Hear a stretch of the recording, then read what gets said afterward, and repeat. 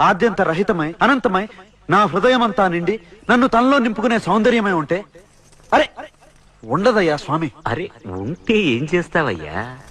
ఆ సౌందర్యానికే దాసోహం అంటాను. అయితేరా చూపిస్తాను. పద చూస్తాను.